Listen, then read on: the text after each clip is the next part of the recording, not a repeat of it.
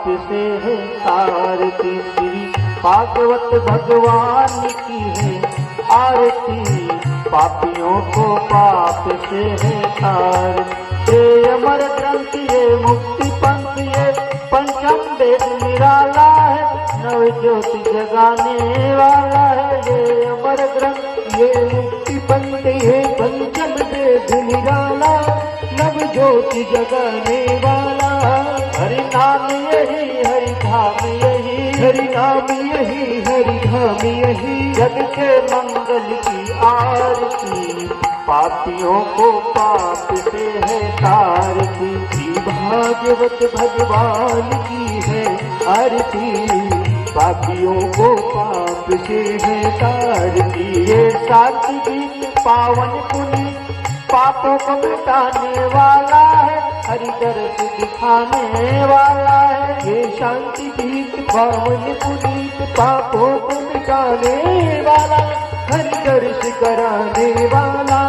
ये सुख करनी ये दुख हरनी, ये सुख करनी ये दुख हरनी, ये सुख करनी ये दुख हरनी, ये सुख करनी ये दुख हरनी। श्री मधुसूदन की आरती, पापियों को पाप से है तारती। श्री भागवत भगवान की है आरती, पापियों को पाप से है तारती। ये मधुर बोल जत पंख खोल, सतमार्ग दिखाने वाला है, बिगड़ी को बनाने वाला है। ये मधुर बोल जत पंख खोल, सतमार्ग दिखाने वाला है, हरि दर्श कराने वाला है। ये मधुर बोल जत पंख खोल, सतमार्ग दिखाने वाला है, बिगड़ी को बनाने वाला है। शांति गीत पावन पुनीत, पापों को मिटाने वाला है, बिगड़ी को बनाने वाला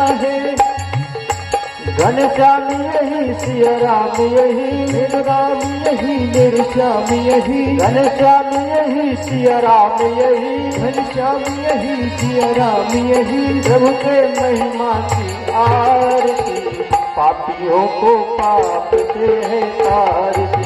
श्री भागवत भगवान की है आरती, पापियों को पाप से है तारती। श्री भागवत भगवान की है आरती, पापियों को पाप से है तारती।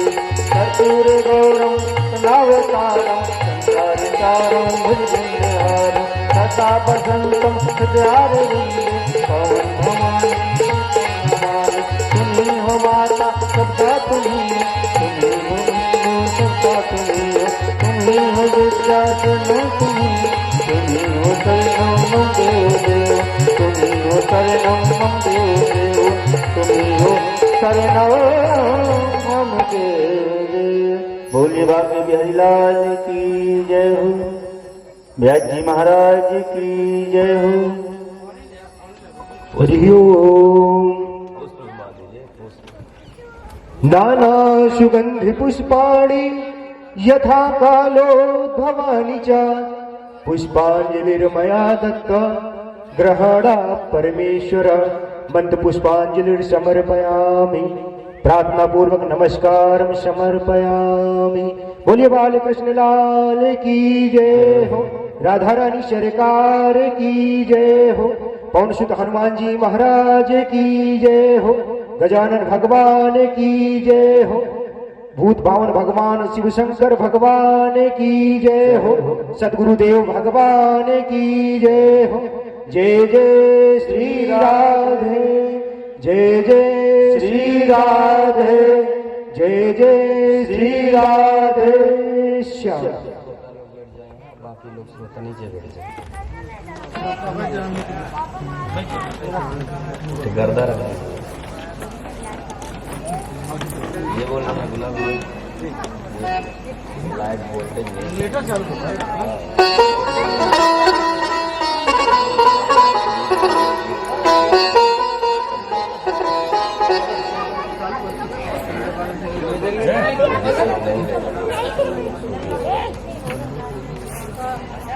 हरि ओम। श्री परम परमात्मने नमः। श्रीवेदपुरुषाय नमः। श्रीसरस्वत्यै नमः। श्रीसुखदेवाय नमः। श्रीराधामाधवाय नमः। बंसी विभूषितकरा नवनीरदावत् पीताम्बरा तरुणबिम्बफलाधरोष्टात् पूर्णेन्दुसुन्दरमुखादरविन्दनेत्रात् कृष्णात् परं किमपि तत्त्वमहं न जाने। नारायणं नमस्कृत्य नरं चैव नरोत्तमं देवीं सरस्वतीं व्यासं ततो जयमुदीरये।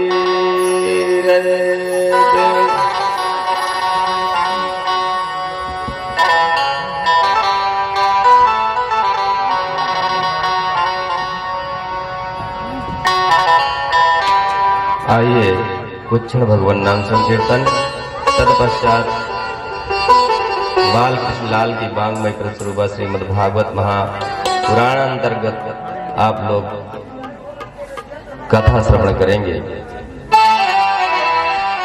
शरीर की शुद्धि जल में स्नान करने से होती है और इंद्रियों की शुद्धि भगवान नाम संकीर्तन करने से होती है।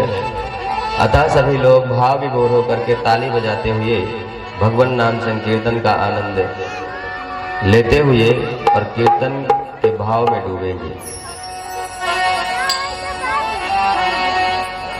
श्री कृष्ण गोविंद हरे मुरारे, हे नाथ नारायण वासुदेवा।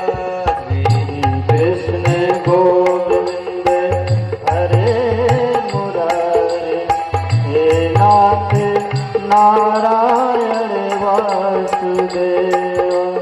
श्री कृष्ण गोविंद हरे मुरारे, हे नाथ नारायण वासुदेवा। श्री कृष्ण गोविंद हरे मुरारे, हे नाथ नारायण वासुदेवा। हे नाथ नारायण वासुदेवा, हे नाथ नारायण वासुदेवा। हे नाथ नारायण वासुदेवा, हे नाथ नारायण वासुदेवा। हे नाथ नारायण वासुदेवा, हे नाथ नारायण वासुदेवा। हे नाथ नारायण वासुदेवा, हे नाथ नारायण वासुदेवा। श्री कृष्ण गोविंद हरे मुरारे, हे नाथ नारायण वासुदेवा। श्री कृष्ण गोविंद हरे मुरारे, हे नाथ नारायण वासुदेवा।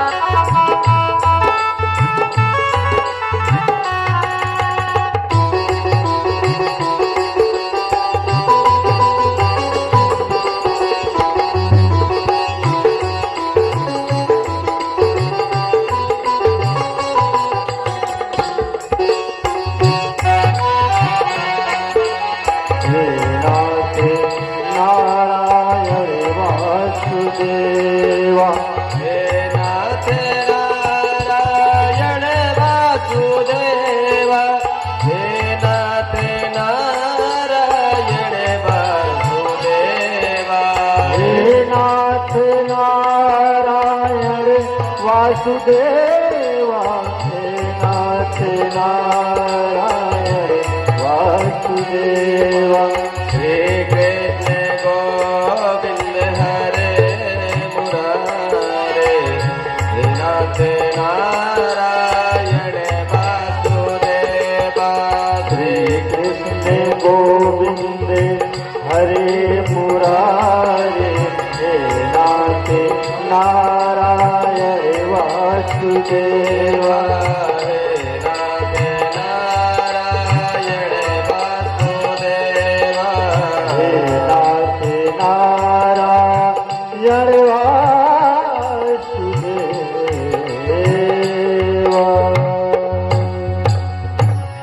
बोले राधा गोविंद भगवान की जय हो। आप लोगों के श्रीमद् भागवत कथा सुनाने से पहले एक कथा सुना देते हैं। लौकिक कथा। एक मैया के 4 पुत्र थे। चारों पुत्रों में से मझला वाला पुत्र बहुत धर्मात्मा था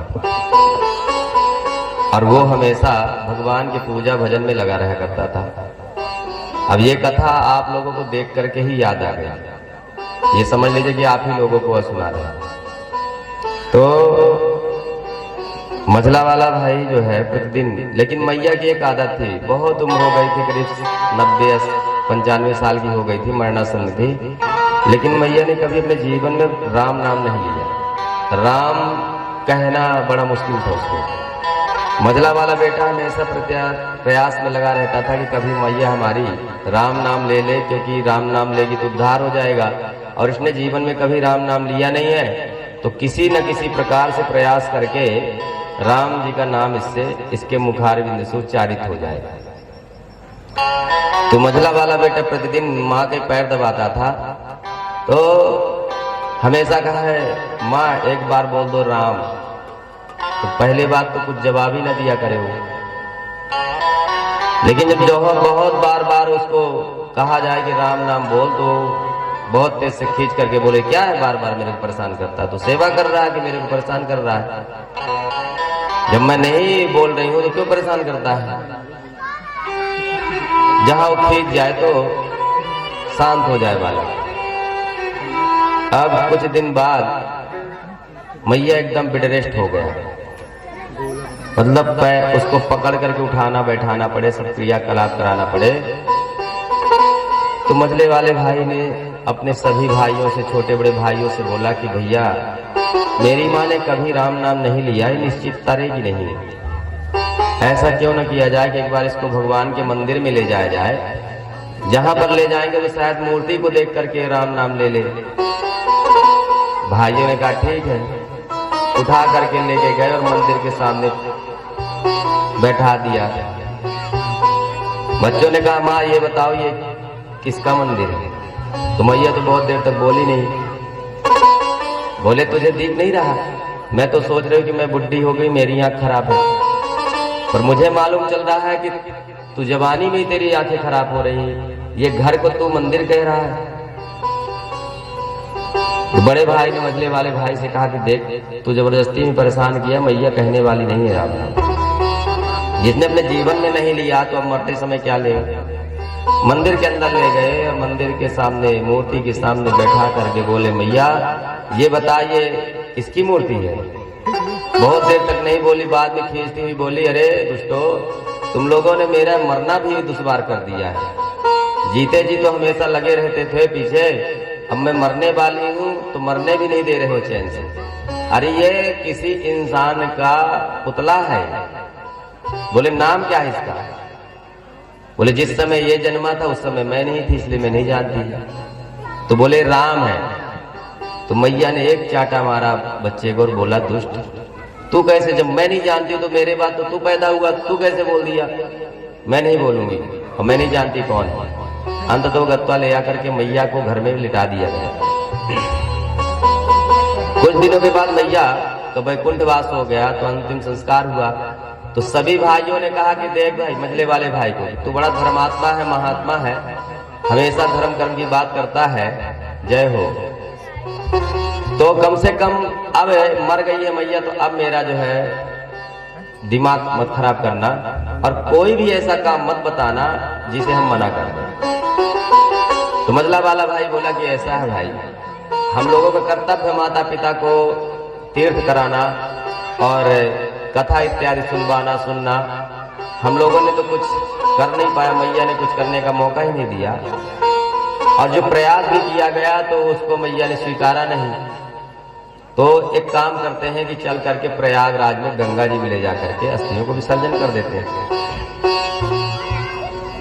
छोटा वाला भाई बोला देखो, मैया ने अपने जीवन में राम नाम नहीं लिया तो प्रयागराज क्या जाएगी, इसलिए बेकार है। जब जीते जी नहीं राम नाम ली तो प्रयागराज क्या जाएगी। पर मजले वाले भाई ने बहुत जोर दिया, तो भाइयों ने कहा कि ऐसा है कि सहयोग, आर्थिक सहयोग हम कर देंगे सब लोग, अब तू बड़ा प्रयत्नशील है तो तू ही लेके जा इसको। सभी भैया ने चंदा इकट्ठा करके और मजले वाले भाई को सौंप दिया, और मजला वाला भाई को बड़े धूमधाम के साथ रेलवे स्टेशन तक विदा किया गया, माला वाला पहनाकर, घंटा घड़ियाल शंख बजाते हुए। बड़ा खुश कि आज कम से कम मैया जीते जी नहीं गई, राम नाम नहीं बोली, तो मरने के बाद गंगा जी जाके जरूर तर जाएगी। तो यहां से चला तो पहुंचा नैनी में हो गया रात उसको। तो उसका एक मित्र रहता था नैनी में, तो सोचा कि अब रात में कहाँ भटकेंगे, तो चलो मित्र के यहाँ रह लेते हैं। मित्र के यहाँ पहुंचे, पर मित्र की पत्नी की एक विशेषता थी कि कोई भी यात्री आवे तो उसका सामान जरूर चेक करती थी अकेले, मौका पा करके। और इधर मित्र वर्षों के बाद मिले हैं, तो दोनों मित्रों ने कहा चलो कहीं घूम करके आते, चले घूमने।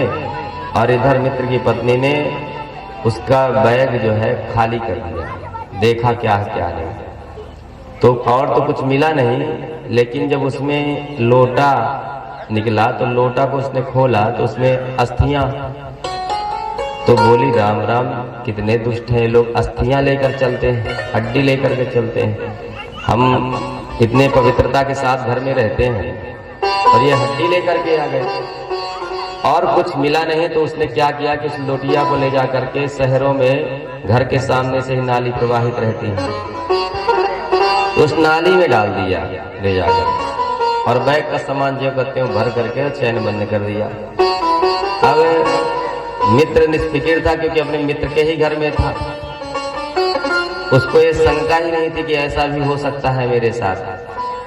सुबह हुआ, पहुंचा गंगा जी में संगम, और संगम में जा करके पंडित जी से बोला महाराज मेरी माँ की अस्थियां हैं और जीवन में कभी राम नाम नहीं लिया, इसलिए संस्कार उच्च कोटि का करवाइएगा, कितना समय लगेगा। पंडित जी ने कहा कम से कम 4 घंटे। बोले ठीक है। खूब पूजन किया गंगा जी का, तमाम सब चीजें पूजा पाठ होने के बाद पंडित जी ने कहा कि अस्थियां निकालो। अब वो बैग में हाथ भर के टटोले, बार बार इधर से उधर करे, अब जब अस्थियां हो तो मिले। तो पंडित जी ने कहा भाई समय होता जा रहा, बहुत देर होती जा रही है, जल्दी करो, कहाँ है तुम्हारी माँ की अस्थियां। बोला लाया तो था महाराज, पर पता नहीं कहाँ रह गई। बोले देखो, और उसने बहुत प्रयास किया, पूरा बैग पलट दिया, लेकिन उसको अस्थियां नहीं। अंततोगत्वा पंडित जी को दक्षिणा दे करके और वापस लौटा घर, मुंह लटकाए हुए वापस लौट रहा था। भाई समझ गए कि कार्य सिद्ध नहीं हुआ, मैया नहीं गई प्रयागराज। तो भाइयों ने कहा कि हो गई नहीं तसल्ली तेरे को, मैं जानता था कि नहीं जाएगी माँ, पर तू नहीं माना, इसलिए तेरे को मैंने मना नहीं किया। पर मजले वाले भाई ने भी संकल्प कर लिया था कि जी चाहे जो हो जाए, एक बार मैं माँ को गंगा जी में ले जाकर के छोड़ के रहूंगा। और वो गया चुपचाप शाम को, तो जो शेष अस्थियां बची थी, 1 टुकड़ियां, उसको लेकर के आया और सिलौटी और लोढ़े में पीस करके एक शीशी में भर लिया बोला अब जब हम जाएंगे तब लेकर जाएंगे। और साल 2 साल बाद छोटे वाले भाई की शादी नहीं हुई थी, उसकी शादी हुई तो नई बहू आई थी। तो उस मझले वाले भाई ने अपने पत्नी से कहा कि देखो नई शादी हुई है छोटे वाले भाई की, तो एक काम करो तुम लोग आपस में थोड़ा सा विचार विमर्श करके और बनाओ प्लान कहीं घूमने का। और जब घूमने की बारी, जब सब सिलेक्शन हो जाए कि हाँ ठीक है, तो प्रयागराज को सिलेक्शन करना कि प्रयागराज जाना है। बोले ठीक है। और सभी जेठानी देवरानी इकट्ठे बैठ करके मंत्रणा की कि भाई ऐसा करो कि चलो कहीं घूमने चलते हैं, नई बहू आई है, घूम घाम के आते हैं। तो सब लोगों ने कहा बहन कहे तो ठीक रही हो, पर कहाँ जाएं? तो मछली वाली ने कहा कि काम करते हैं कि प्रयागराज चला जाए, गर्मी का समय है और बढ़िया आनंद आएगा। बोले ठीक है। और सभी ने अपने अपने पतियों से कहा, सभी लोग तैयार हो गए और प्रस्थान कर लिए। मझला वाला बेटा बड़ा खुश कि वाह मेरा काम बन गया, अब तो इस बार कोई रोक नहीं सकता माँ को गंगा जी में जाने से। लेकिन संजोग ऐसा कि ये लोग लेके गए तो ऊपर धारा जहाँ बह रही थी, यहाँ तो पुरुष लोग स्नान करने लगे और थोड़ा कुछ दूर आगे चल करके सारी लेडीजें स्नान करने लग गई। मझले वाले भाई ने सीसी को निकाला और गंगा जी में फेंका। गंगा जी में फेंका तो सीसी बहते हुई आकर के छोटी वाली बहू के साड़ी में फंस गई। अब प्रयागराज में गंगा जी में कपड़े नहीं धुलना चाहिए, ऐसा नियम है, इसलिए कपड़े धुले नहीं गए, जो कहते हैं कपड़े बदल करके कपड़े झोले में डाल करके लेके चले जाए सब लोग घर में। जब लेकर के आए कपड़े फैलाने के लिए, जब उसको झटकारा गया तो छोटी वाली बहू के साड़ी से जब वो सीसी निकली तो वो जाकर के सीधे मछली वाली को सौंपा कि दीदी देखिए इसमें पता नहीं क्या है। बोले क्या है? उसने देखा और वो अपने पति को ले जाकर के सौंपी और बोलती है कि देखो ये क्या है, ये छोटी वाली बहू के साड़ी में आई है गंगा जी से, हमको तो लगता है कि गंगा जी का रज है। मझले वाले बेटे ने कहा गंगा जी का रज नहीं है, मेरी माँ का रज है, और मेरी माँ, मैं प्रयास किया कि ले जाकर के गंगा जी तक पहुँचा जाऊँ, लेकिन इसके बावजूद भी मेरी माँ गंगा जी से लौट के चली आई। तो यदि आप लोग जीवन में राम नाम नहीं लेंगे तो गंगा जी ले जाएंगे भी आप लोगों के संतान पुत्र परिवार वाले, तो वहां भी नहीं जा पाएंगे, इसलिए राम नाम जरूर लीजिए।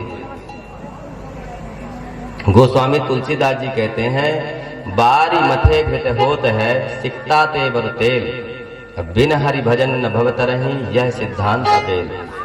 बारी कहते हैं पानी को, पानी से घी निकल सकता है, संभव है, सब तुलसीदास जी कहते हैं। सिकता कहते हैं रेत को, रेत को पेरने से तेल निकल सकता है, पर बिन हरि भजन न भवत रही, यदि कोई भजन नहीं करता भगवान का तो भव सागर से पार नहीं हो सकता या काट कर सकता। बोले वृंदावन बिहारी की जय हो। आइए श्रीमद् भागवत की पावन कथा में प्रवेश करते हैं। सच्चिदानंद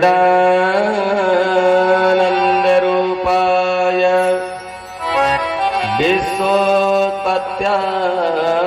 हेतवे तापत्रय विनाशाय श्री कृष्णाय वयं नमः।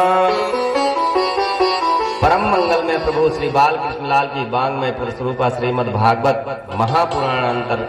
महापुराण ज्ञान सप्ताह यज्ञ का आप लोगों के गांव की पावन भूमि में आप समस्त पुण्यात्माओं के सामने आज प्रारंभ होने जा रहा है। भगवान के मंगलमय स्वरूप का ध्यान करते हुए कथा का शुभारंभ करेंगे। तो भगवान का स्वरूप कैसा है? सतघन चितघन आनंद घन।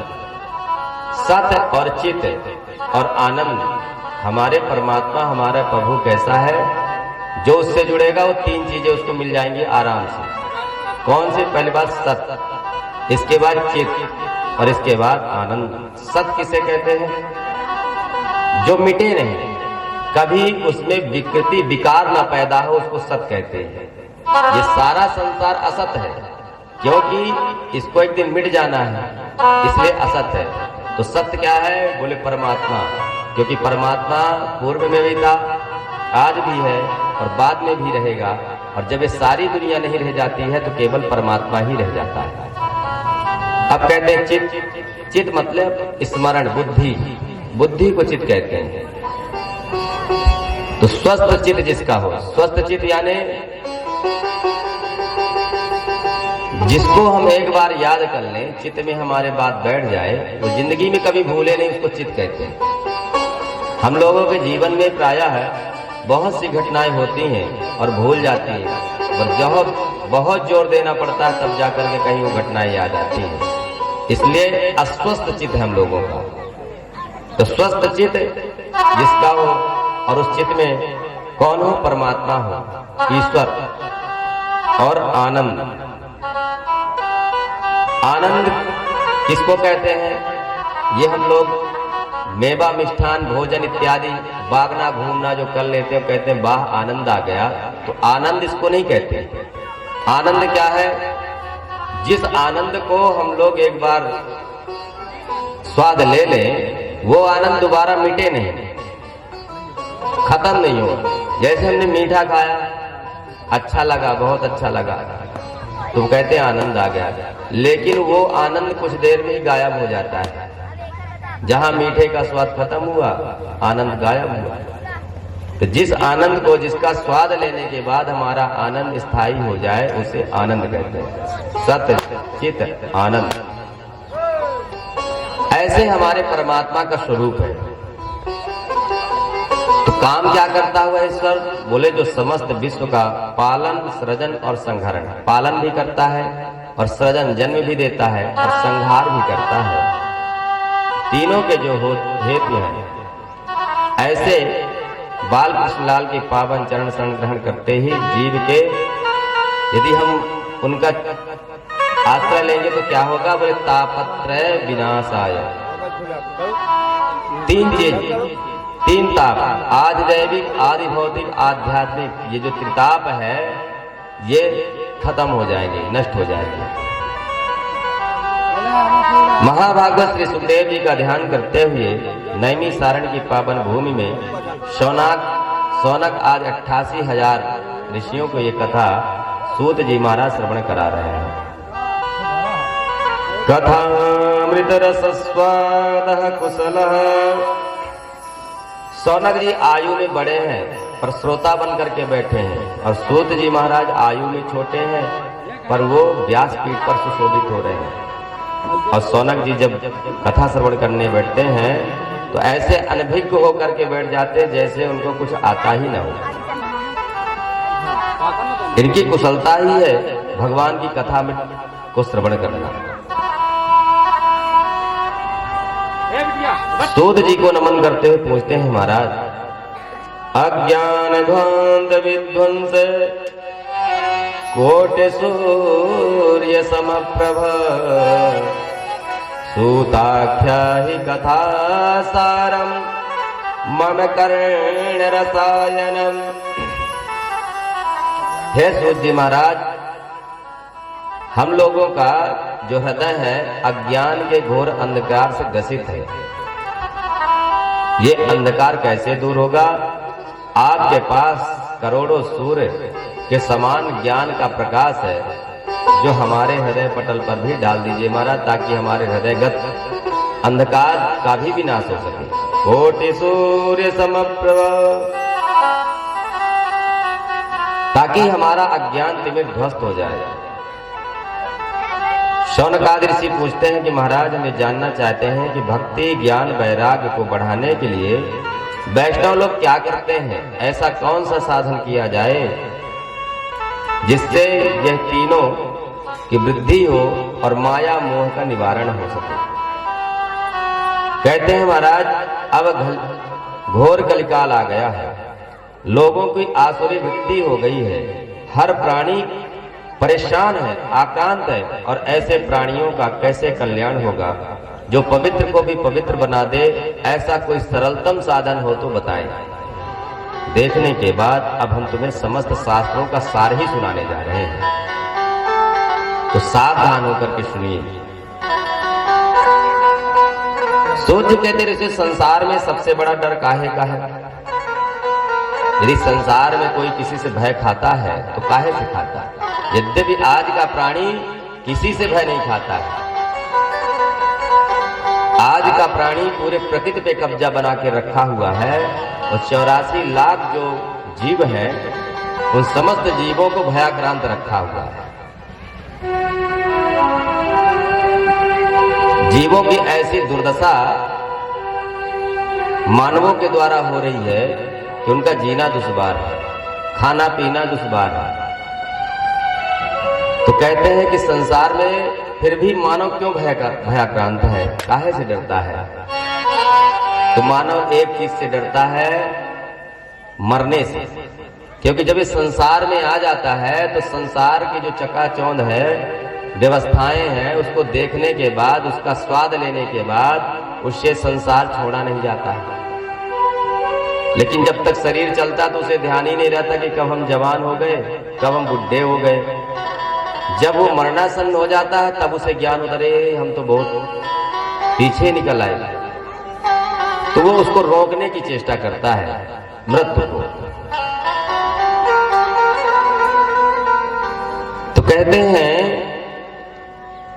कि जब सूर्य जी कहते हैं संसार में सबसे बड़ा डर मृत्यु का है। मृत्यु का भय प्रत्येक प्राणी को भयाक्रांत रखता है और इसका नाम है क्या? मृत्यु लोक, संसार। संसरति इति संसारा, ये सरकता रहता है, खिसकता रहता है, धीरे धीरे हमें पता ही नहीं चलता है। कोई कितने भाई पकड़ने का प्रयास करे, ये किसी की पकड़ में नहीं आता है। तो संसार सरक रहा है और हम चाह रहे हैं कि हमारे पास ऐसा ही बना रहे, जैसे हम जवान हैं वैसे ही जवान रहे आए, और इतना ही बल पौरुष हमारे पास हमेशा रहा आए। और जब हमारे ना चाहने पर भी हम बुढ़े हो जाते हैं, हमसे खिसक जाता है, तो बड़ा क्रोध आता है, बड़ा कष्ट होता है। तो ये संसार भय को समाप्त कर देने के लिए महाभागवत श्री सुखदेव जी महाराज ने श्रीमद् भागवत संहिता को कलिकाल में प्रकट किया है। काहे के लिए? कालव्याल मुखग्रास त्रास निर्णय हेतवे श्रीमद् भागवतम शास्त्रम् कलौ कीरेण भासितम। कीरेण सुकेण भासितम। तोता बहुत मीठा बोलता है पर बोलता वही है जो उसे सिखाया जाता है।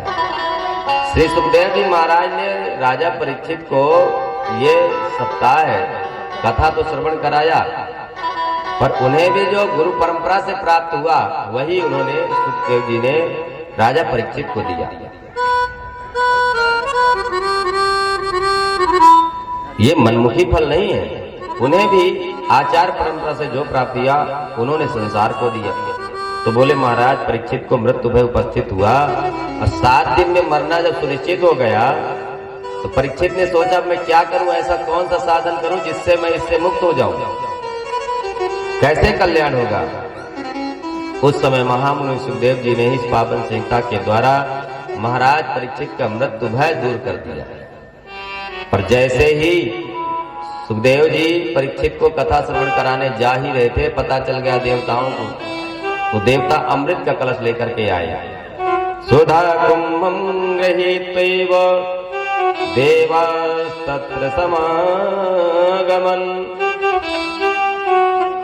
देवता अमृत का कलश लेकर के आए और सुखदेव जी को प्रणाम करके सामने रख दिया कलश और बोले महाराज हमको जैसे ही पता चला कि महाराज परीक्षित के सामने मृत्यु भय उपस्थित हुआ है तो ये अमृत ले लो महाराज, पिला दीजिए, अमर हो जाएंगे। सुखदेव जी सावधान हो गए और उन्होंने सोचा कि मैंने तो इनको बुलाया नहीं, परीक्षित जी ने बुलाया नहीं, पर ये देवता अमृत का कलश लेकर कैसे आ गया। प्रपश्यामो वयं सर्वे श्रीमद् भागवतामृतम्। सुखदेव जी ने सोचा शायद ये परोपकार की भावना से आए हैं और उन्होंने स्वीकार किया कि ठीक है आइए आइए देवताओं। पर जैसे ही देवताओं ने अगला प्रश्न किया ये महाराज ये अमृत परीक्षित जी को श्रवण करा दीजिए और इसके बदले में आप जो है हमको भागवतामृत पान करा दीजिए। सावधान हो गए सुखदेव जी महाराज। देवासुर संग्राम हुआ तब जाकर के तो अमृत मिला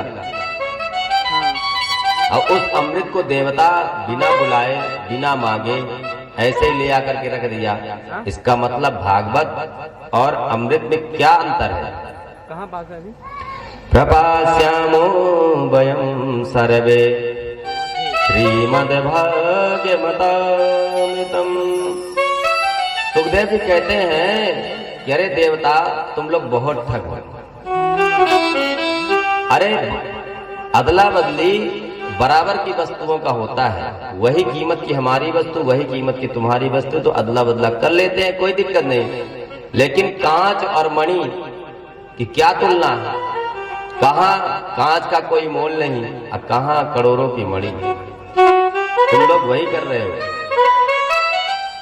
सुखदेव जी कहते हैं कि देवता तुम लोग गए बाबा दधीच को प्रणाम करने दंडवत करने, तो बदले में तुम लोग उनका शरीर ही मांग लाए, अस्थि ही मांग लिए।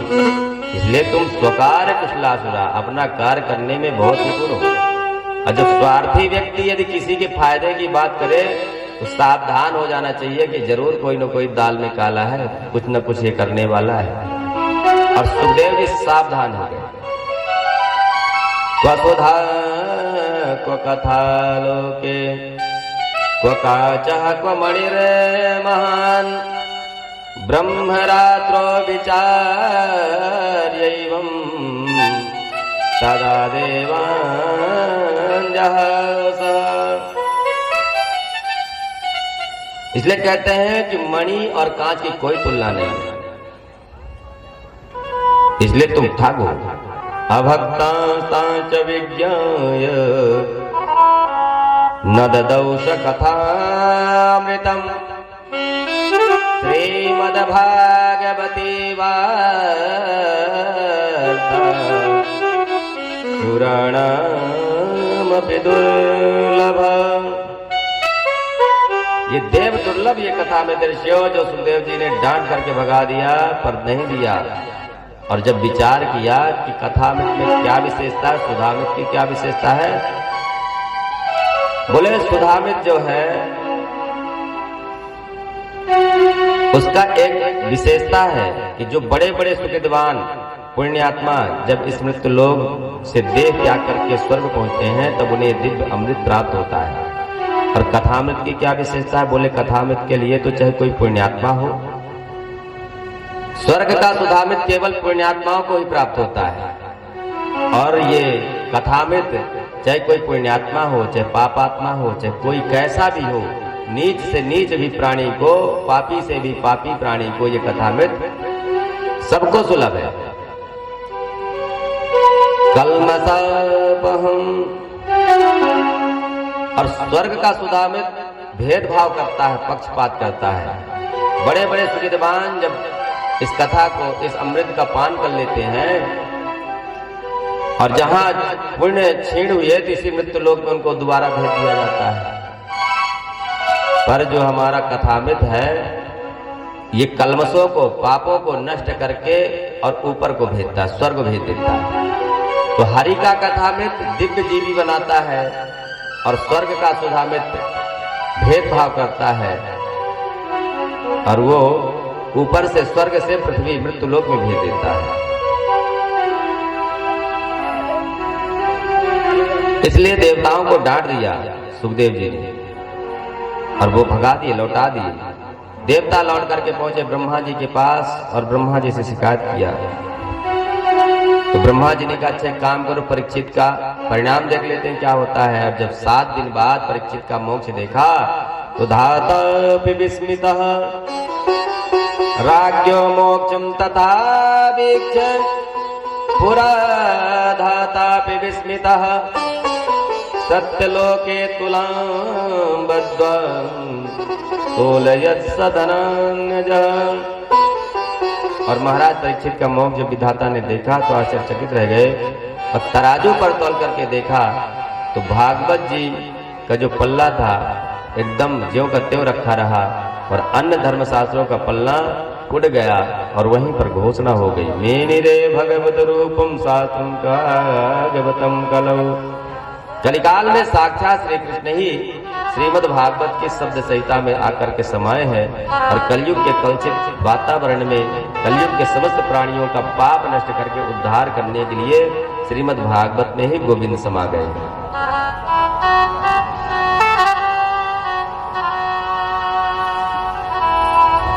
ये भगवान का वांग्मय विग्रह है साक्षात।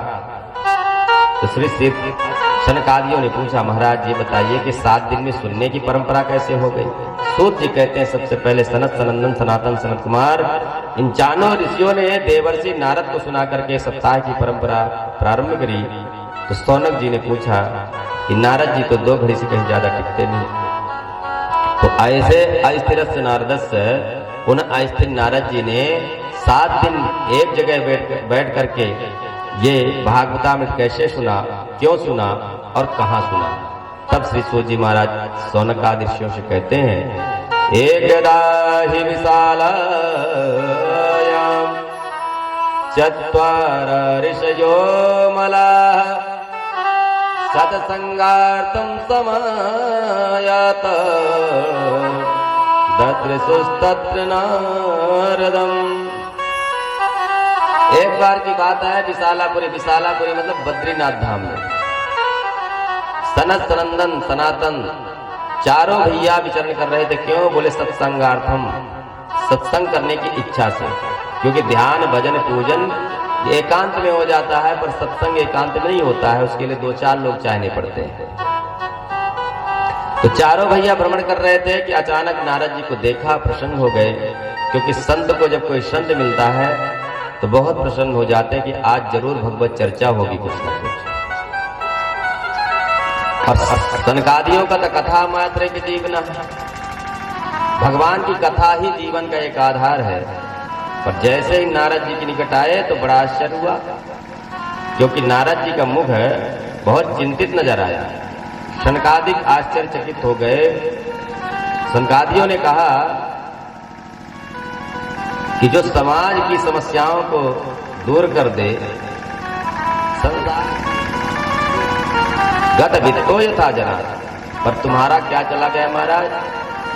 क्योंकि संतों के पास जो समाज जिस धन को कोई चुरा ले, संत उसे अपना धन समझते ही नहीं। और संतों का धन है भगवान नाम, जिसको कोई चुराने वाला नहीं।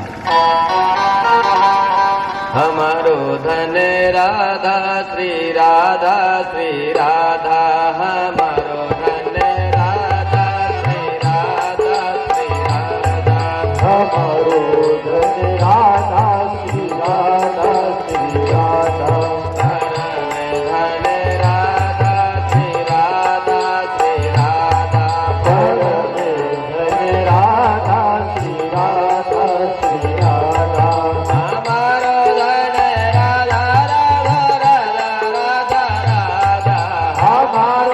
धन राधा राधा राधा राधा, हमारो धन राधा राधा राधा राधा राधा, परम धन राधा राधा राधा राधा राधा, परम धन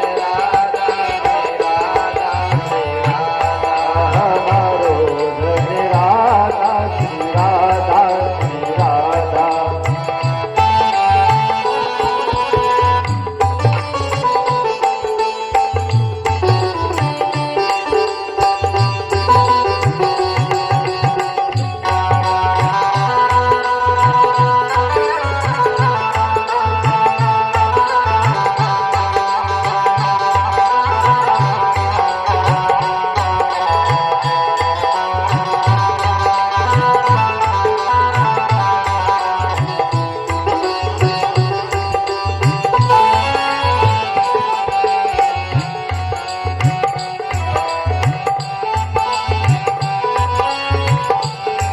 रसिक धन राधा राधा राधा राधा राधा, रसिक धन राधा राधा राधा राधा राधा, प्राण धन राधा राधा राधा राधा राधा,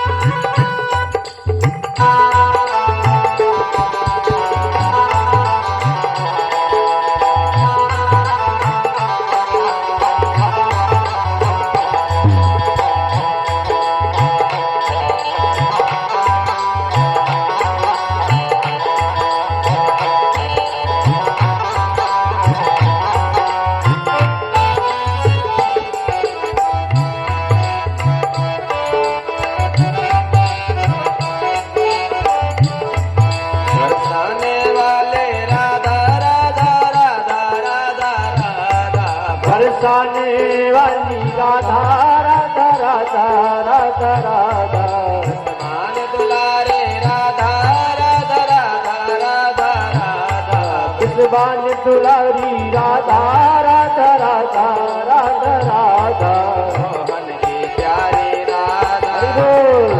राधा श्री राधा मोहन की प्यारी राधा श्री राधा श्री राधा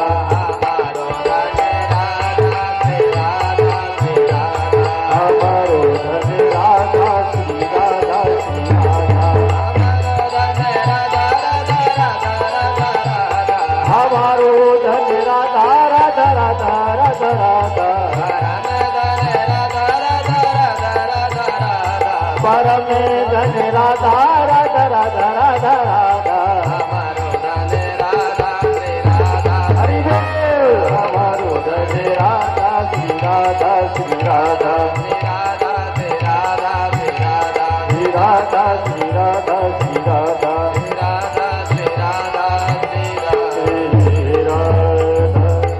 बोले राधा गोविंद भगवान की जय हो। तो संतों का जो धन है उसको संसार में कोई चुराने वाला नहीं, उसको कोई किसी प्रकार की चिंता की आवश्यकता नहीं। तो तुम्हारा क्या चला गया महाराज, इस प्रकार से मुंह लटकाए घूम रहे हो।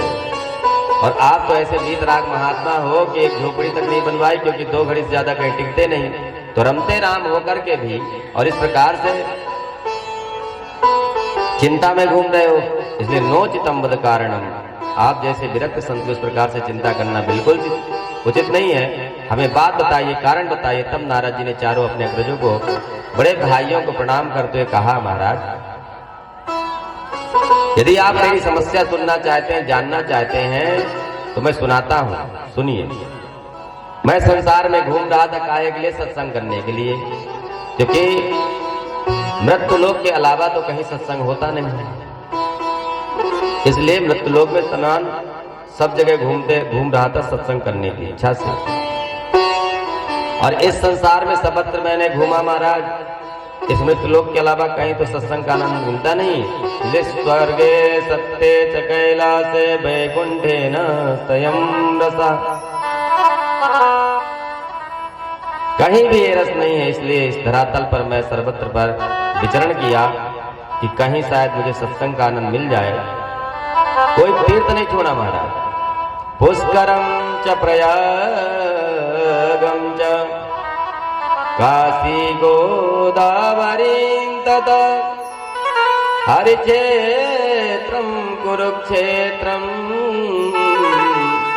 श्रीरंगं सेतुबंधनम् एवमादिषु तीर्थेषु भ्रममाण इतस्ततः। जब समस्त भूमंडल में, समस्त तीर्थों में मेरे चित्त को कहीं भी शांति नहीं मिली, सत्संग का आनंद नहीं मिला, तो मैंने सोचा चलो अब संतों के पास चला जाए। संभवतः संतों के यहाँ शांति मिले, पर क्या देखा कि संतों के यहाँ भी प्रपंच बढ़ा हुआ है।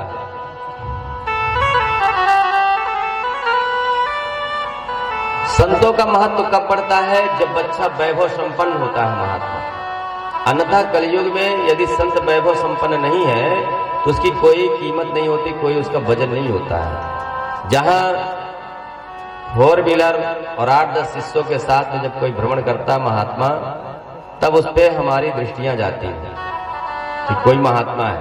और कहीं वो देश विदेश में भ्रमण कर ले तो फिर कहना ही क्या, पूरा भारत उसके पीछे पड़ जाता है। और इसी का गोस्वामी तुलसीदास जी ने रामायण में अनुवाद किया है। तपसी धनवंत दरिद्र ग्रहे, तपसी धनवंत दरिद्र ग्रहे, तपसी धनवंत दरिद्र ग्रहे, कले का दुख जात न तात कहे, कले का दुख जात।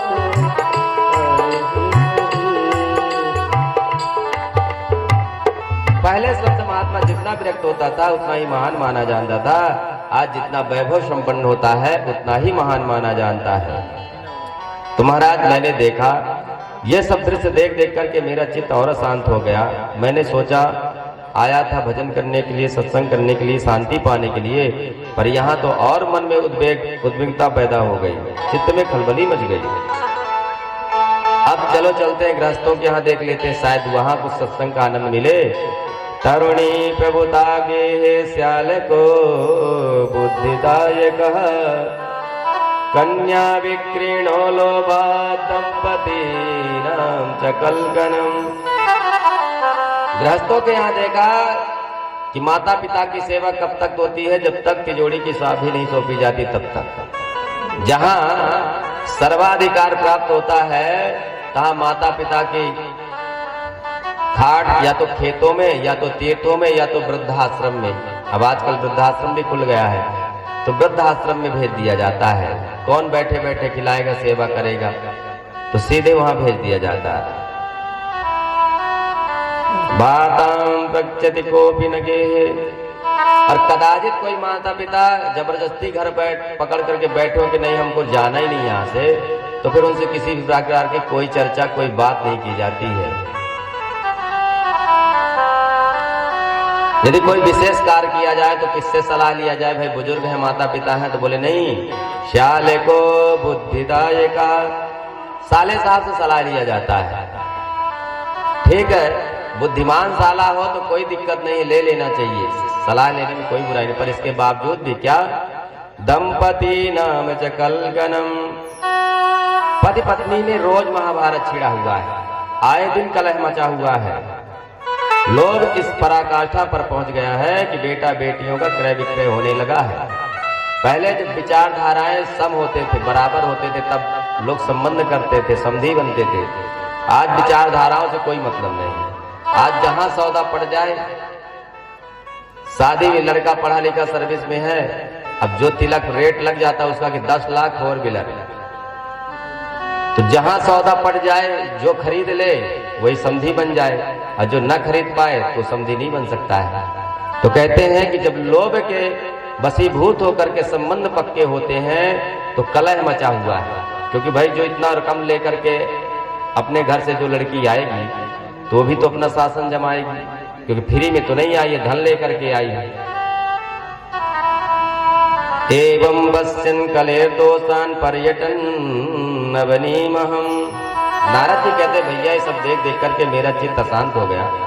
इस सारी धरती पर ये सब दोष देख देख करके मेरा चित्त बहुत अशांत हो गया। मैंने सोचा अब कहाँ जाएं, तो मुझे तुरंत श्रीधाम वृंदावन याद आया। यामुनम तटमापन्नो यत्र लीला हरेर्भूत। मेरे प्रभु के दिव्य प्राकट्य भूमि में, उस रमण भूमि में, यमुना पुल में मेरे चित्त को अवश्य विश्राम मिलेगा, ऐसा विचार करके मैं सीधा यमुना तक पहुंच गया। और वहां भी बड़ा आश्चर्यचकित एक दृश्य दिखाई पड़ गया। क्या? तत्राश्चर्यं मया दृष्टं श्रूयतां तन्मुनीश्वराः। एका तु तरुणी तत्र निसर्ण खिन्नमानसा। मैंने यमुना तट जाकर क्या देखा बाबा कि एक युवती 2 बुढ़े अचेतन बुढ़ों के सामने रो रही थी। तमाम देवियां उसको घेर करके बैठे हुए थे, कोई पानी पिला रही थी, कोई पंखा कर रही थी, कोई समझा रही थी। मैंने सोचा बेचारी को कोई कष्ट है, क्यों रो रही है, कौन है, मैं ही चल करके इसका कुछ समाधान करता हूं।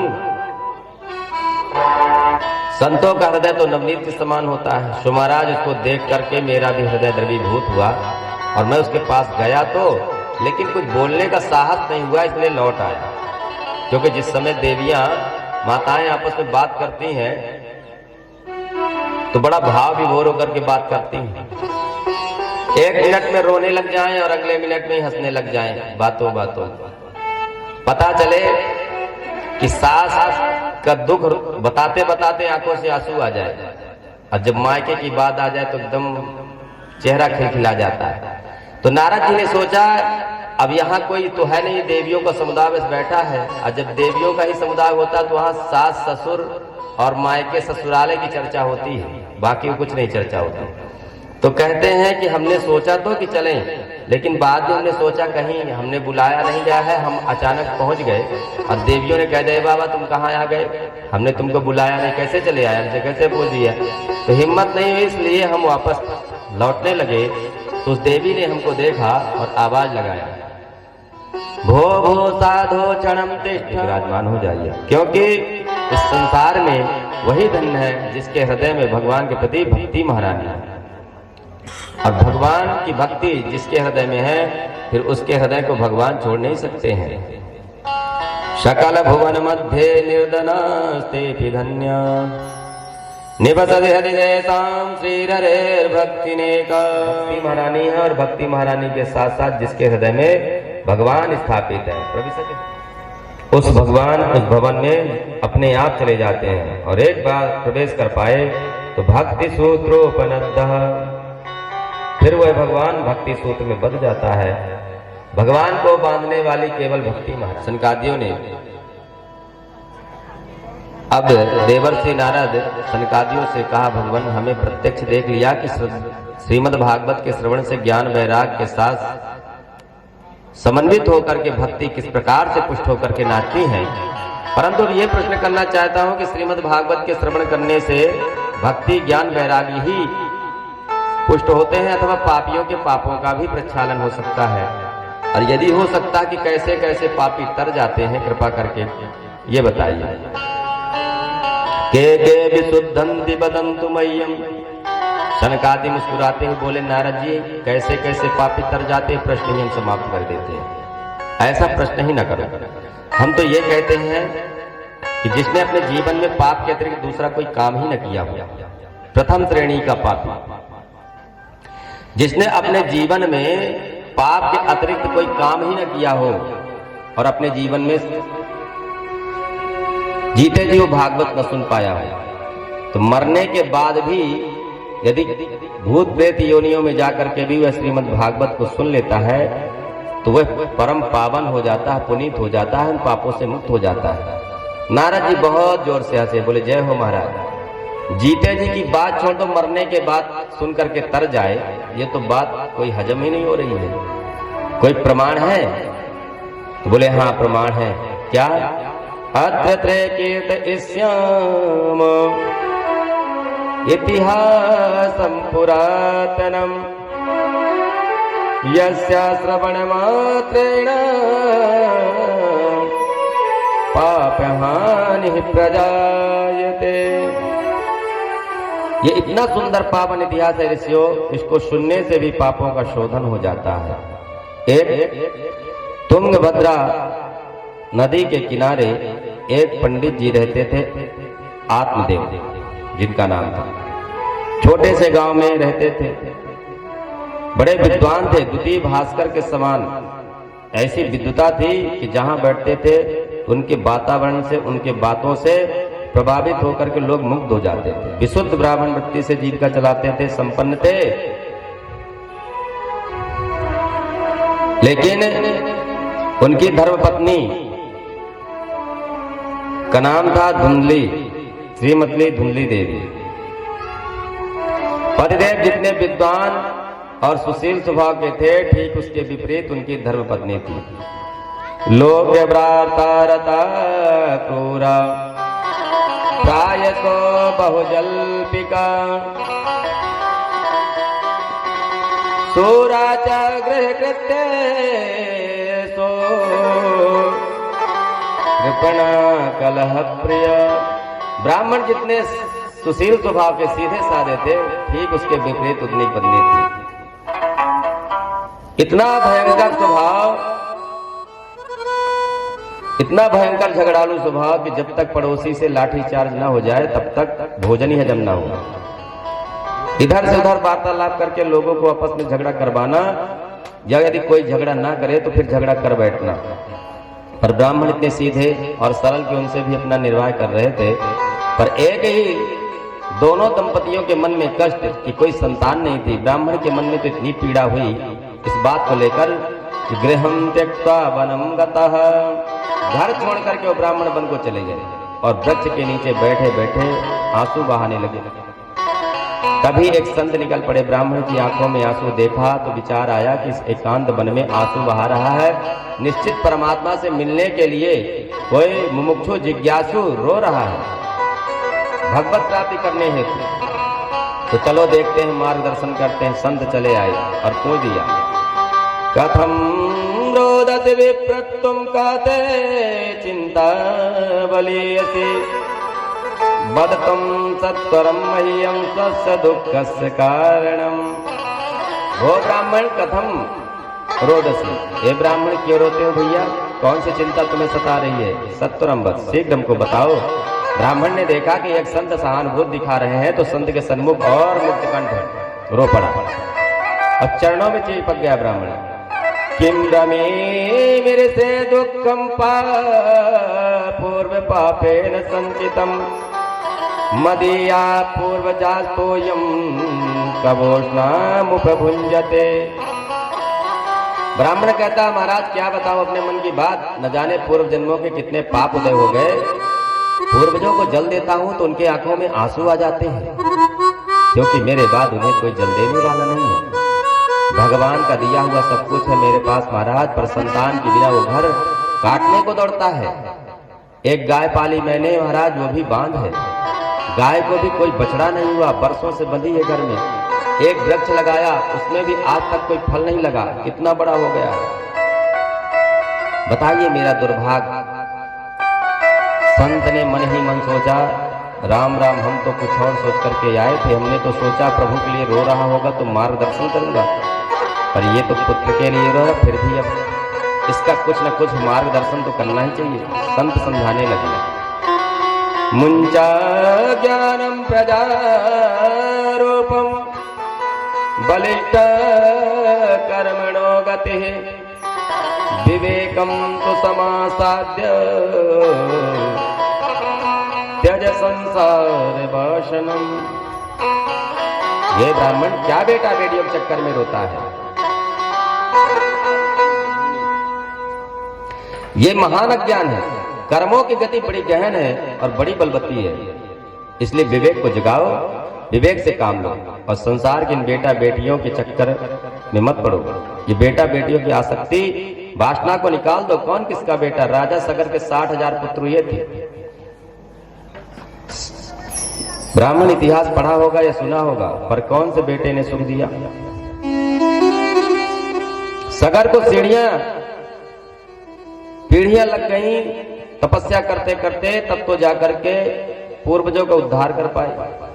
धर्मात्मा अंग का भी नाम सुना होगा, संतानहीन थे, बड़े बड़े यज्ञ किए, तब जाकर के एक बेटा हुआ, पर निकल पड़ा नास्तिक बेन। और ऐसा नास्तिक निकला, अनीश्वरवादी निकला कि बाप को फिर घर छोड़ करके भागना पड़ा। तो बेटे के हो जाने से तुम सुखी हो ही जाओगे, इसकी क्या गारंटी है? और कहीं ऐसा हुआ कि बेटा हो गया और फिर तुम्हें ही घर छोड़ना पड़ा, तब तुम कहां जाओगे? इसलिए गृहस्थ सरसो लोके पुत्र पौत्र समन्वितः। ब्राह्मण ने कहा, महाराज जी ये प्रवचन देना मुझे भी बहुत आता, मैं भी पढ़ा लिखा विद्वान ब्राह्मण, कोई अनपढ़ नहीं हूं।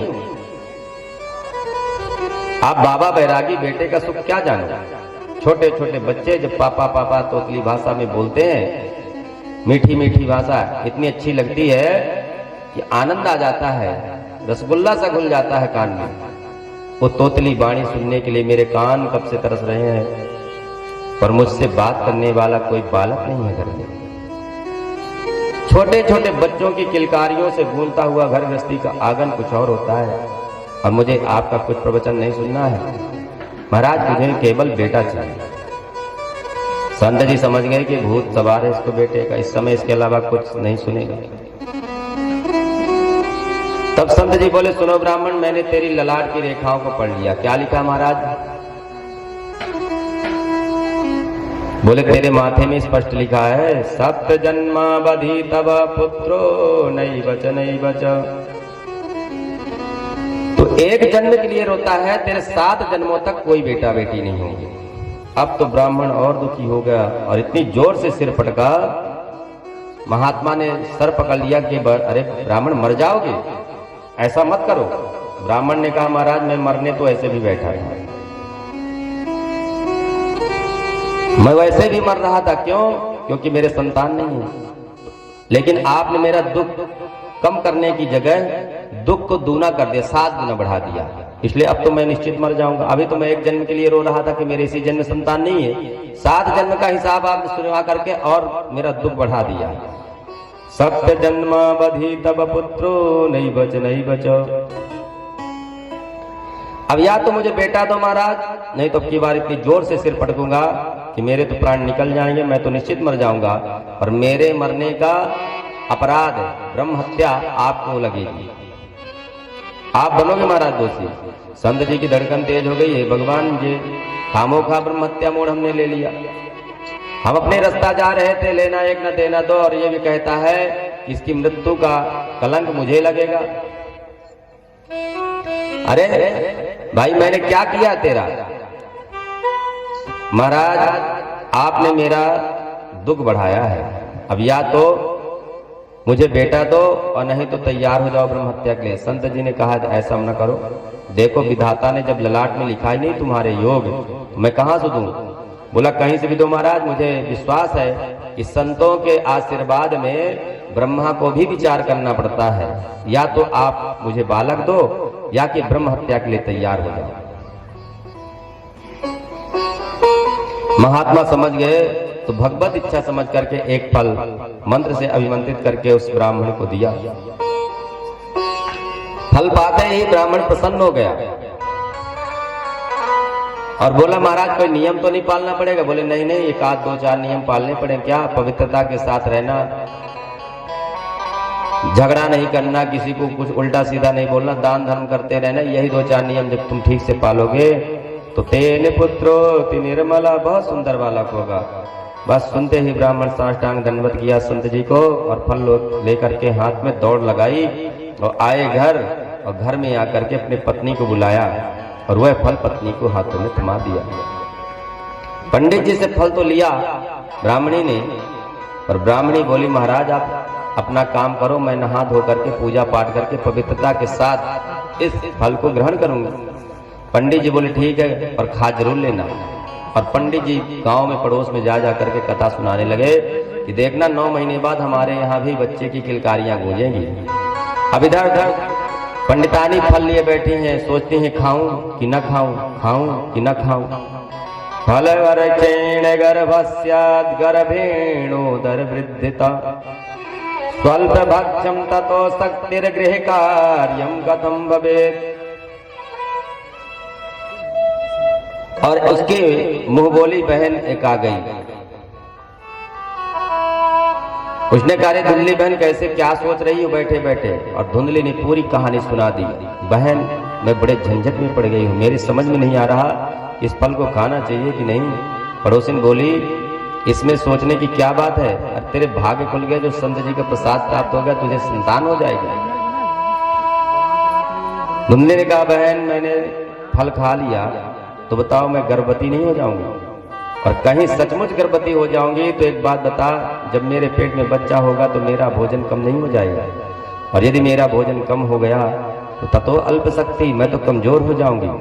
और कमजोर हो गई तो गृह कार्यम कथम भवे, घर का जो काम मैं अकेले कर लेती हूँ वो कैसे करूंगी? और कमजोर हो गई तो बता मेरे घर का काम कौन करेगा? पड़ोसी ने कहा ये कोई बहुत बड़ी समस्या नहीं है।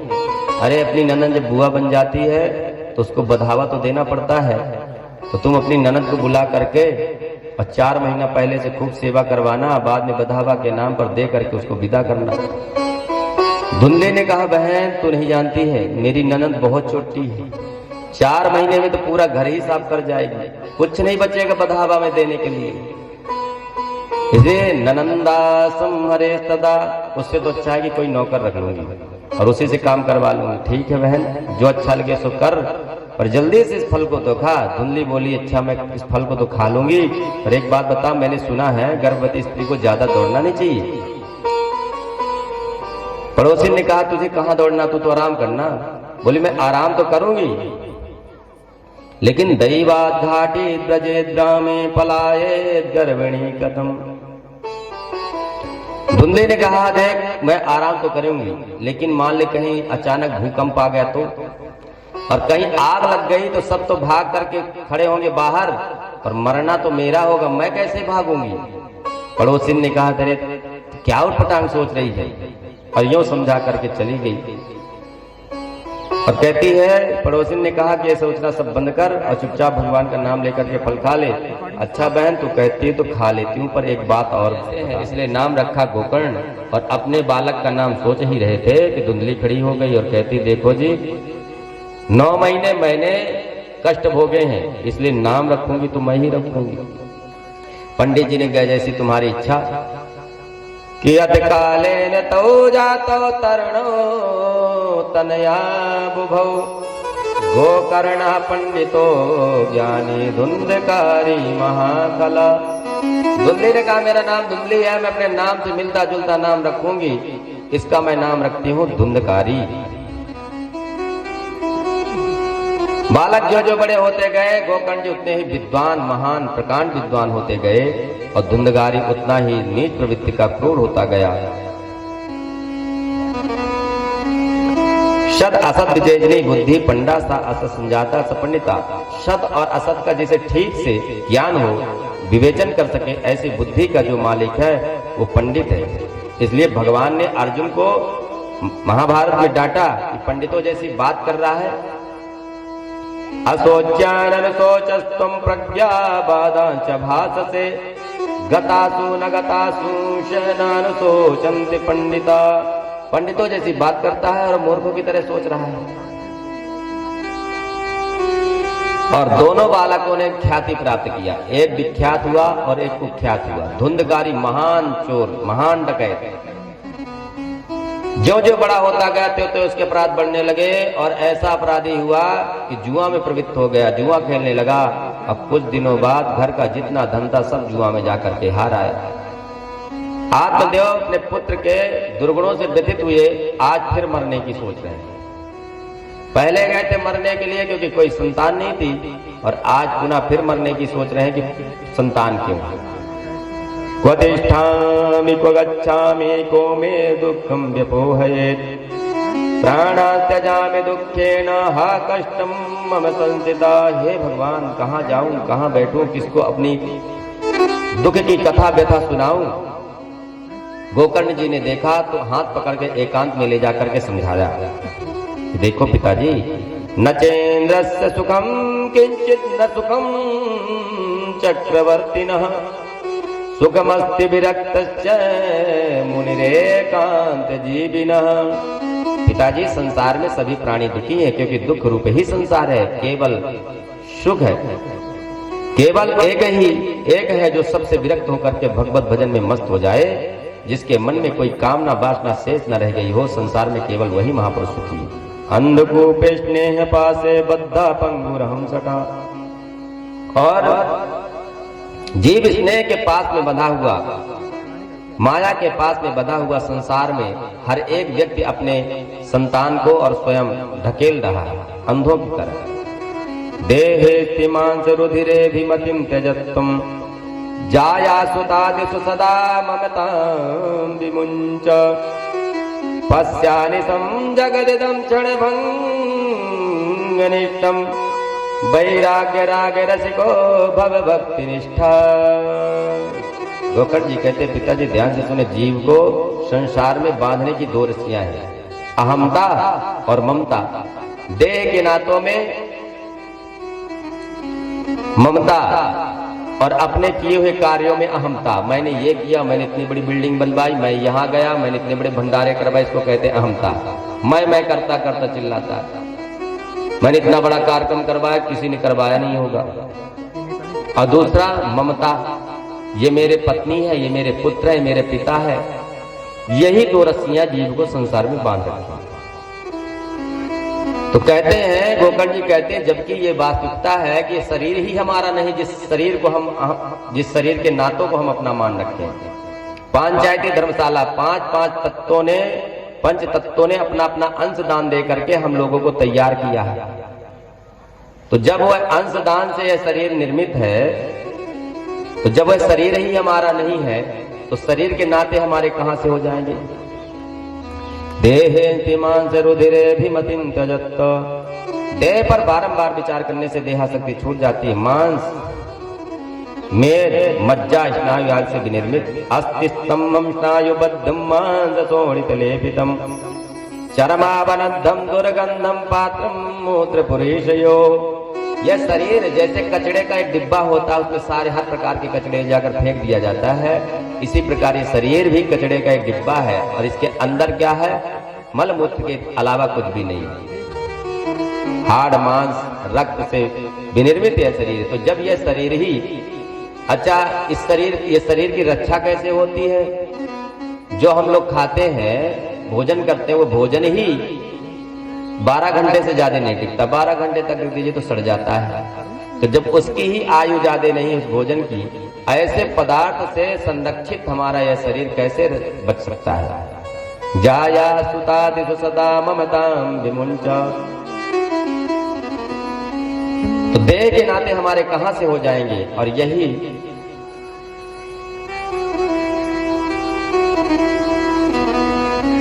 श्री गोकर्ण जी ने आत्मदेव जी को समझाया, तो आत्मदेव कहते हैं कि मैं क्या करूं।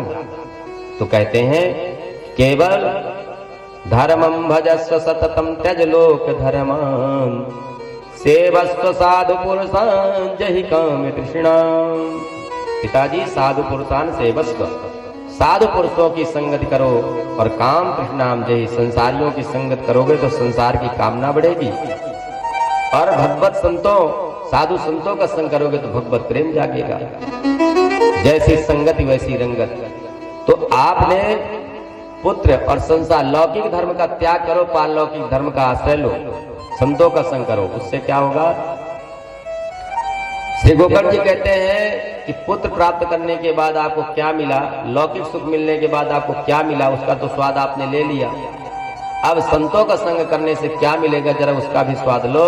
और वन में एकांत में जाकर के आत्मदेव जी पहुंचे और गोकर्ण जी की एक एक बात उनके दिमाग में बैठ गई और वन में जाकर के श्रीमद् भागवत जी का 10वें स्कंद पाठ करके अपन जीवन यापन किया, जीवन को संपन्न किया। इधर जब अकेली धुंधली बची तो धुंधकारी आया, बोली माता जी पिताजी ने तिजोरी की चाबी आपको सौंप करके गई है, अब बताइए कि जो भी धन हो तो दीजिए। माता धुंधली ने सोचा मैं क्या करूं, कहां जाऊं। उसने कहा बेटा तूने छोड़ा ही क्या है, सब तो जुआ में हार आया।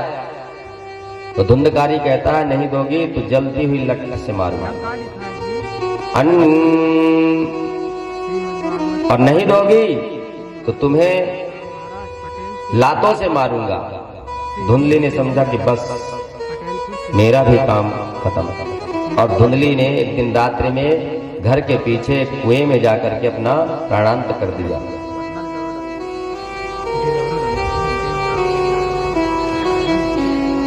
क्वतिष्ठामि क्ववित्तं तिष्ठते ब्रूहि हनिष्यते लज्जता न चेत्। इस प्रकार से प्राणांत कर दिया। अब अकेला बचा धुंधकारी। गोकर्ण जी को लगा कि शायद अब मेरा नंबर आएगा, तो गोकर्ण जी ने कहा भैया ये लो घर की चाबी तिजोरी जो भी है, अब मैं जा रहा हूँ तीर्थाटन करने के लिए। गोकर्ण जी पहले ही चल दिए। अब अकेला बचा घर में, तो 5 गणिकाओं को ले आया और 5 गणिकाओं को लेकर कर घर में रख लिया। चोरी में जुआ में जो भी धन कमाता था उन 5 गणिकाओं को ला करके देता था। एक दिन 5 ने सोचा, आपस में विचार किया कि बहन ये प्रतिदिन चोरी करता है और चोरी करता है तो सारा धन ला करके हम लोगों को सौंपता है, और जिस दिन पकड़ा गया और राजा के दरबार में इसकी पिटाई हुई तो ये हम लोगों का भी नाम जरूर लेगा, और हम लोगों का नाम लेगा ये तो फंसेगा ही, साथ में हम लोग भी फंस जाएंगे। इसलिए अब अच्छा ये है कि धन पर्याप्त हो चुका है, अब इसको भी ठिकाने लगाओ और यहाँ से 9 तो 11 हो गया। और 5 गणिकाओं ने आपस में मंत्रणा किया और रात्रि में खूब मदिरा पान कराने के बाद खाट से हाथ पैर बांध दिया और गला दबाया। तो चिल्लाने लगा तो एक गई और चूल्हे से जाकर के अंगार ले आकर के मुंह में ठोस ठोस के भर दिया और तड़पता तड़पता धुंधकारी का प्राणांत हो गया।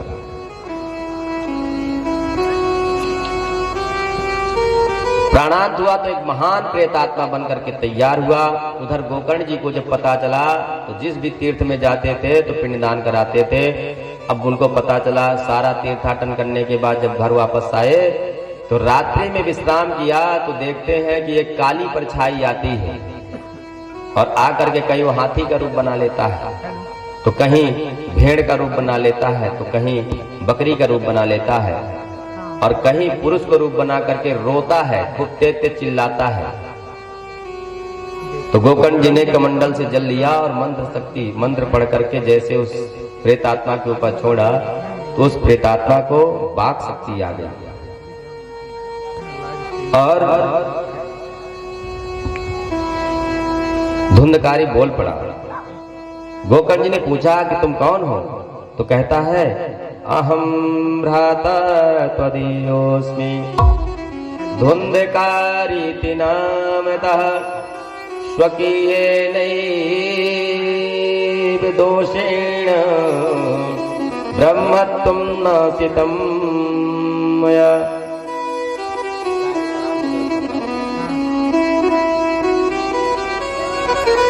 धुंधकारी कहता, भैया मैं तुम्हारा भाई धुंधकारी हूँ। मैंने अपने दोषों के कारण आज अपने समस्त ब्राह्मणत्व को नष्ट करके एक महान प्रेतात्मा बन करके भटक रहा हूँ। सारी कहानी बताने के बाद श्री गोकर्ण जी कहते हैं, सुधामयं वचो यासां कामिनां रसवर्धनम हृदयं सुरधाराभं प्रियः को न योषितम्। गोकर्ण जी कहते हैं, जो देवी धन से ही बस प्रेम करती हैं, ऐसी स्त्रियों पर भरोसा नहीं करना चाहिए। धुंधकारी कहता है, कर्मणो नाथ संख्याना, मैंने इतने कुकर्म किए, इतने पाप किए कि मैं स्वयं नहीं गिन सकता। अबाताहारेण जीवामि, और परिणाम ये हुआ कि आज मरने के बाद केवल वायु का आहार करके रह रहा हूं। अहो बंधो कृपा सिंधो भ्रातर मामा सुमोचय, भैया आप साक्षात कृपामय हैं, मुझ पर भी अनुग्रह करें और इस भयंकर प्रेत पीड़ा से मुझे मुक्त करें। गोकर्ण जी ने अपने इस भाई की विकलता पीड़ा को देख करके बोले, भैया मुझे अब आपके बारे में जब पता चला तो मैंने गया में तुम्हारी विधिवत पिंडदान किया, इसके बाद भी तुम्हारी मुक्ति नहीं हुई।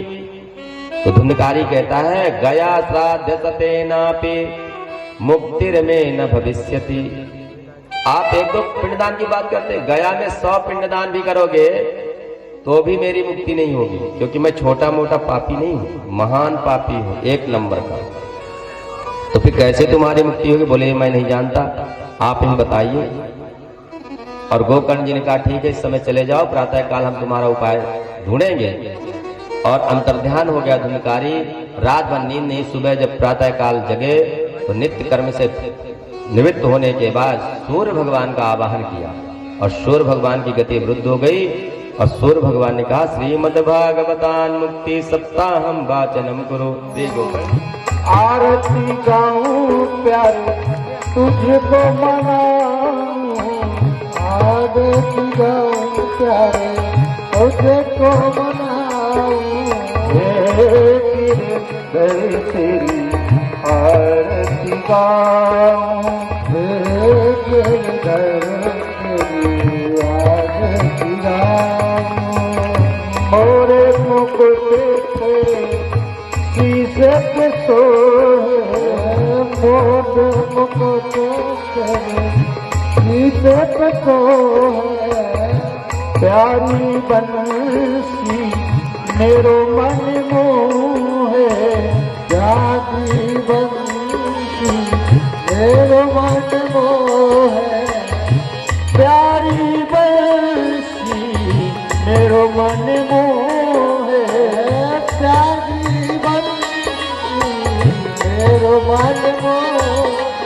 देख छवि बने हरी जाऊं, देख छवि बड़ी बन जाऊं, बात बिहारी तेरी आरती गाऊं, बात बिहारी तेरी आरती गाऊं, चरणों से निकली गंगा प्यारी, चरणों पे निकली गंगा प्यारी, जिसने सारी दुनिया तारी, जिसने सारी दुनिया तारी, उन्हें चरण की दर्शन पाऊं।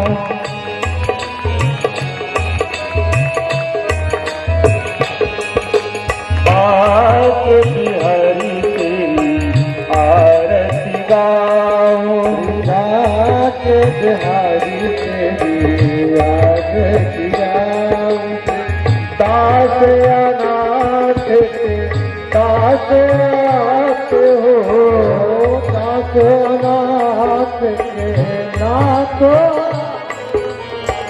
सुख दुख जीवन प्यारे साथ आते हो, सुख दुख प्यारे साथ आप हो।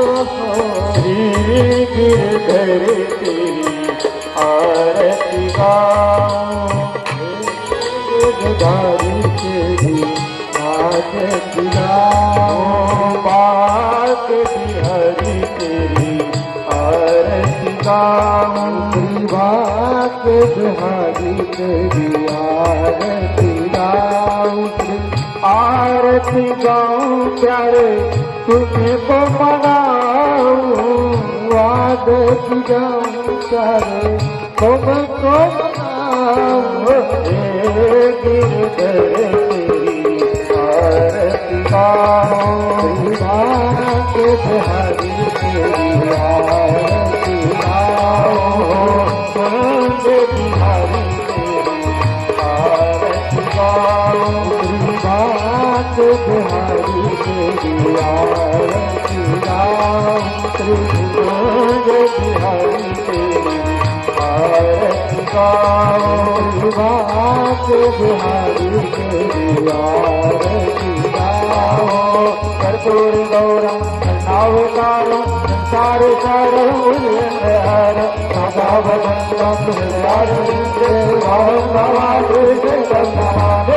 तुमेव माता सत्ता तुमेव, तुमेव बन्धु दत्ता तुमेव, तुमेव विद्या धर्मं तुमेव, तुमेव शरणं ममेव देव, तुमेव शरणं ममेव देव। हरे राम हरे राम, राम राम हरे हरे,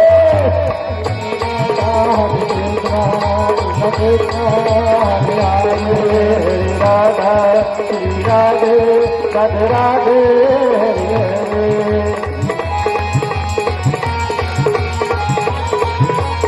हरे श्री राम हरे राम, राम राम हरे हरे। कृष्ण कृष्ण हरे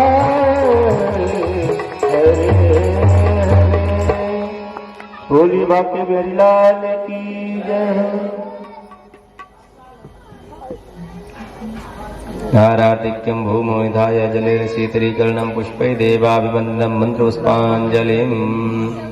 हरिः ओम् जजनेन जन्मय जन्त देवस्तानि धर्माणि प्रथमान्यशन्न देहनाकं महिमानः सचन्त चित्रपूर्वे साध्याः सन्ति देवाः। हरिः ओम् विश्वतश्चतुर्विध विश्वतो मुखो विश्वतो बाहुरुत विश्वतस्पात संबाहुभ्यां धमति सम्पतैर्द्यावा भूमि जनयन् देव एकः। हरिः ओम् दासरथाय विद्महे सीतावल्लभाय धीमहि तन्नो रामः प्रचोदयात्। हरिः ओम् जनकतनयाय विद्महे रामप्रियाय च धीमहि तन्नो सीता प्रचोदयात्। हरिः ओम् नन्दनन्दनाय विद्महे यशोदावत्सलाय धीमहि तन्नो कृष्णः प्रचोदयात्।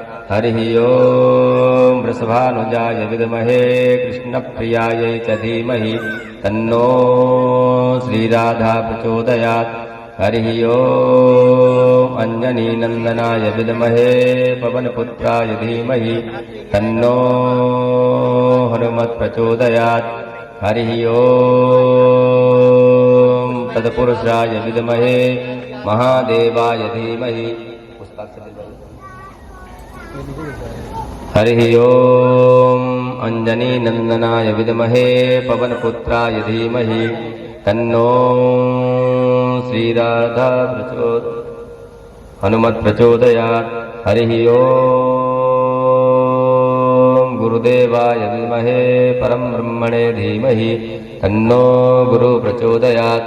हरिः ओम् तत्पुरुषाय विद्महे महादेवाय धीमहि तन्नो रुद्रः प्रचोदयात्। हरिः ओम् कात्यायन्यै च विद्महे कन्याकुमारे च धीमहि तन्नो श्रीदुर्गा प्रचोदयात्। हरिः ओम् नन्दनन्दनाय विद्महे यशोदावत्सलाय धीमहि तन्नो कृष्णा प्रचोदयात्। हरिः ओम् नारायणाय विद्महे वासुदेवाय धीमहि तन्नो विष्णु प्रचोदयात्। हरिः ओम् महालक्ष्म्यै च विद्महे विष्णुपत्न्यै च धीमहि तन्नो लक्ष्मी प्रचोदयात्।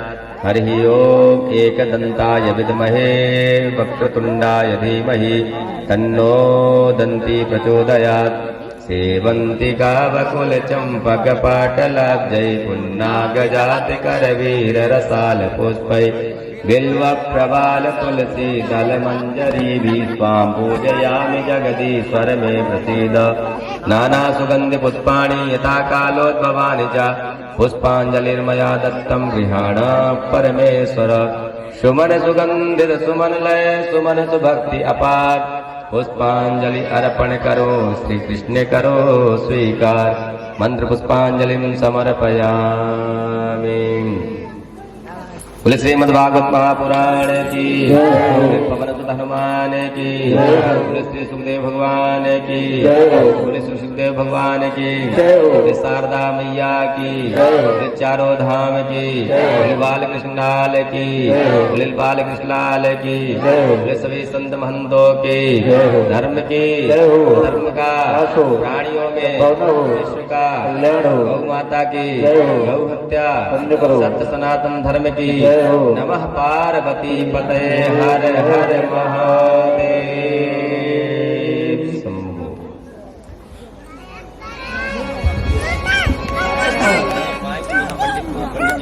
तुमको रोज रोज बोलना पड़ेगा नहीं है ना।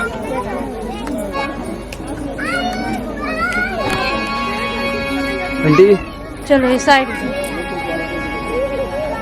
वृंदावन जाऊंगी सखी वृंदावन जाऊंगी।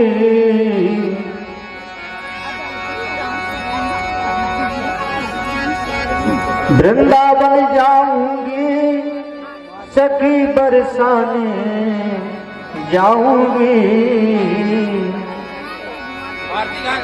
मोहे उठे विरह में फिर सखी वृंदावन जाऊंगी। मोहे उठे